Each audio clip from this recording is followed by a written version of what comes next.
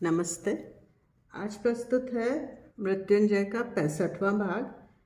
अब यहाँ स्वयं श्री कृष्ण कह रहे हैं, युद्ध के बारे में बता रहे हैं और कर्ण के बारे में बता रहे हैं। तो लीजिए, मैं जानता था कि युद्ध कभी अंतिम सत्य नहीं होता। युद्ध से समस्याएं कभी सुलझती नहीं, प्रश्न हल नहीं होते, बल्कि युद्ध के विशाल नरसंहार से यह गंभीर भय उत्पन्न हो जाता है कि मनुष्य जाति कहीं श्रद्धा ही न खो बैठे। समाज के पतनोन्मुख होने का भय भी रहता है। राष्ट्र की सांस्कृतिक नींव के हिल जाने की संभावना रहती है। फिर भी मैंने कुरुओं और पांडवों का महायुद्ध प्रज्वलित कर दिया था। लक्ष लक्ष योद्धाओं की बलि देने वाले मृत्यु का महायज्ञ आरंभ किया था।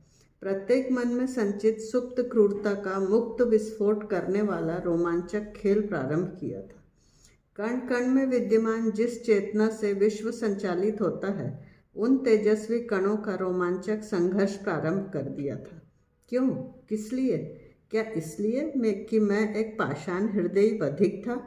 क्या मैं यह चाहता था कि संसार में कोई जीवित ही न बचे?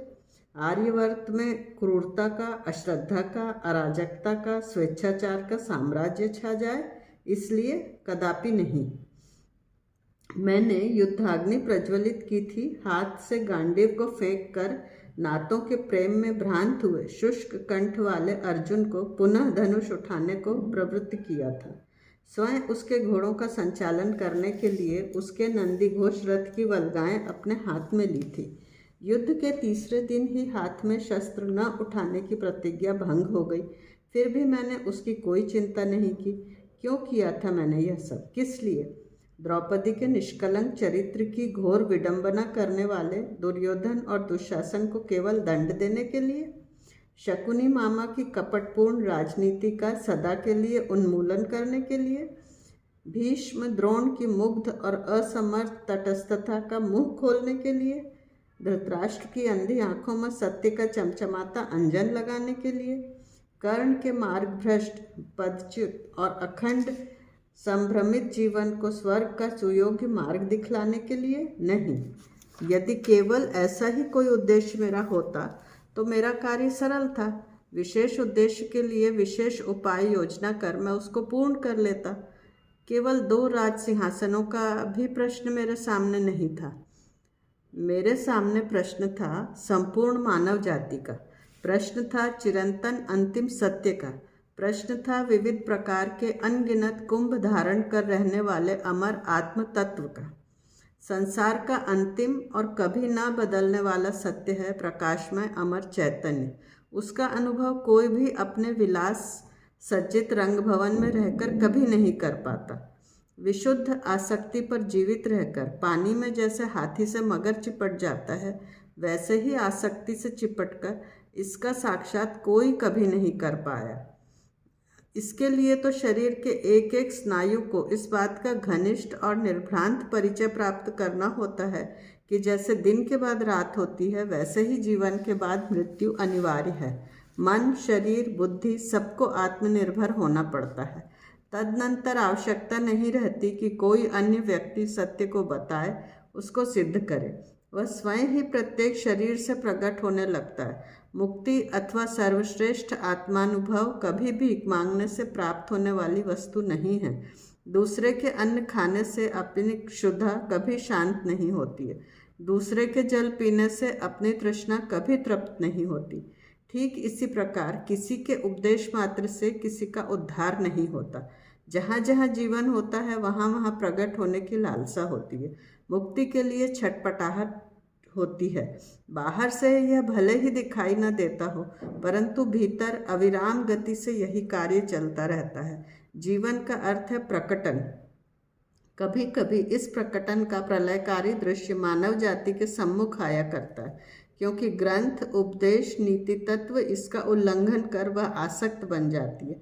जग में दृश्य वस्तुओं के परे और एक सूक्ष्म जगत है। यह देखने के लिए भी उसके पास समय नहीं होता। उस समय मानव जाति को घड़ी भर कहीं रुकना पड़ता है और उसके लिए युद्ध जैसा प्रभावशाली अन्य कोई मार्ग नहीं होता। मैंने युद्धाग्नि प्रज्वलित की थी मात्र इसलिए। 10 दिन हो गए थे। युद्ध की भयंकरता बढ़ती ही गई थी। उसकी गर्जना अति भयंकर हो उठी थी। अपने प्राणप्रिय भक्त अर्जुन के नंदीघोष रथ के रथनीड़ पर बैठकर उसके गतिमान रथ के श्वेत घोड़ों का संचालन करते हुए स्वच्छंद रूप से चतुरंग दल में भ्रमण करते हुए मैंने वह देखा था। उसको देखते समय जिस पांडव पक्ष की सहायता करने के लिए मैं सारथी के रूप में ही सही कुरुक्षेत्र में उतरा, उन पांडवों की विजय का निश्चय मुझे पहले दिन से ही दृढ़ता से हो गया था। क्योंकि अर्जुन समेत 5 पांडवों को कृतांत काल जैसा लगने वाला असीम विक्रमी सूर्यपुत्र कर्ण भीष्म का पतन होने तक समरांगण में उतरने वाला ही नहीं था। उसके समान अखंड साधना से अभिभूत योजना कुशल ज्वलंत पराक्रमी सेनानायक कुरुओं के पक्ष में दूसरा कोई नहीं था। इसलिए शिष्टाचारवश जब मैं हस्तिनापुर गया था तब उसके दिव्य कुल का स्पष्ट परिचय देकर मैंने उसको पांडवों के पक्ष में लौटाने का भरसक प्रयत्न किया, परंतु महासागर जैसे उसके निश्चय को बदलने में सुदर्शन धारण करने वाले मेरे हाथ भी विफल हो गए थे। मेरे सत्य कथन से उसका कुछ तेजोभंग हो सकेगा क्या, इस बात पर लौटते हुए मैंने विचार किया था, परंतु ऐसा होना भी असंभव था। उसने यही सिद्ध कर दिया था कि जो भंग हो जाता है वह तेज नहीं होता, बल्कि वह सूर्यपुत्र है। यह समझते ही उस पर जो प्रतिक्रिया हुई थी वह सबको चकित कर देने वाली थी।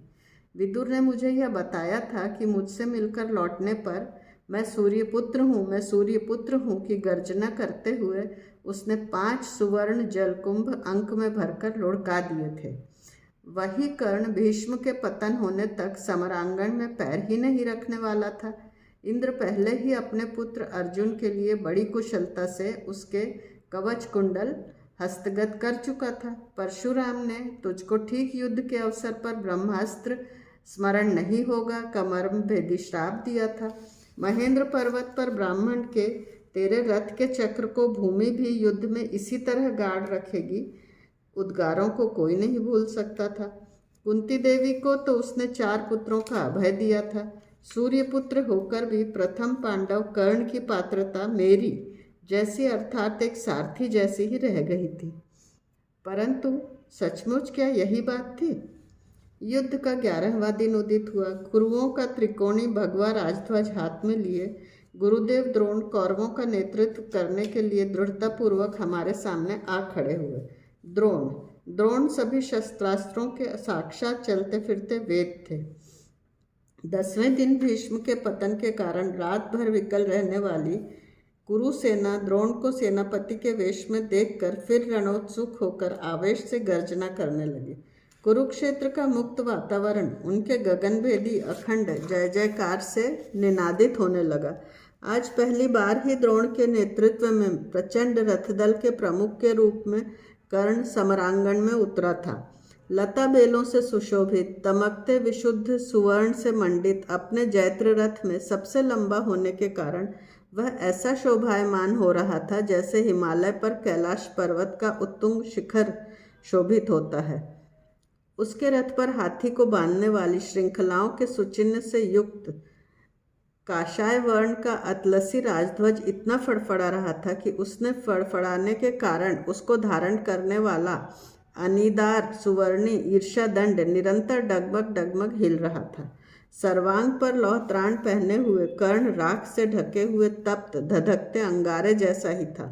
उसके पास कवच कुंडल नहीं थे। उसका जीवन शापदग्ध था, फिर भी वह अंगारे जैसा ही दाहक था। कितना ही छोटा क्यों न हो, फिर भी अग्नि का स्फुल्लिंग तो सदैव स्फुल्लिंग ही रहता है। मैं अच्छी तरह जानता था कि ताजे दम वाले कर्ण के आगे अर्जुन को लाने में कोई भी बुद्धिमानी नहीं थी। इसीलिए रात को शिविर में जो बैठक हुई थी उसमें कर्ण के भय से चिंताक्रांत होकर बार बार उस सुतपुत्र राधेय का क्या होगा कहने वाले युधिष्ठिर को मैंने समझा दिया था कि जीवन भर दग्ध करने वाली अवहेलना से तथा स्थान स्थान पर होने वाले मान भंजन से बौखलाए हुए कर्ण रूपी झंझावात के सम्मुख अर्जुन जीर्ण पर्णकुटी की तरह क्षण भर में ही धराशायी हो जाएगा। उसको रोकने की शक्ति केवल एक ही व्यक्ति में थी, पर्वतकाय भीम में। इसलिए हमने सर्वसम्मति से पहले भीम को कर्ण से भिड़ाने का निर्णय किया। वचन प्रिय अमर्षि कर्ण कुंती देवी को दिए गए वचन को कभी भूल नहीं सकता था। भीम को वह मारने वाला नहीं था। अर्जुन के अतिरिक्त अन्य किसी पर भी वह प्राणांतक आक्रमण करने वाला नहीं था। अब उसका पराक्रम दांत उखाड़े हुए भुजंग और नखाग्र काटे हुए सिंह जैसा ही था।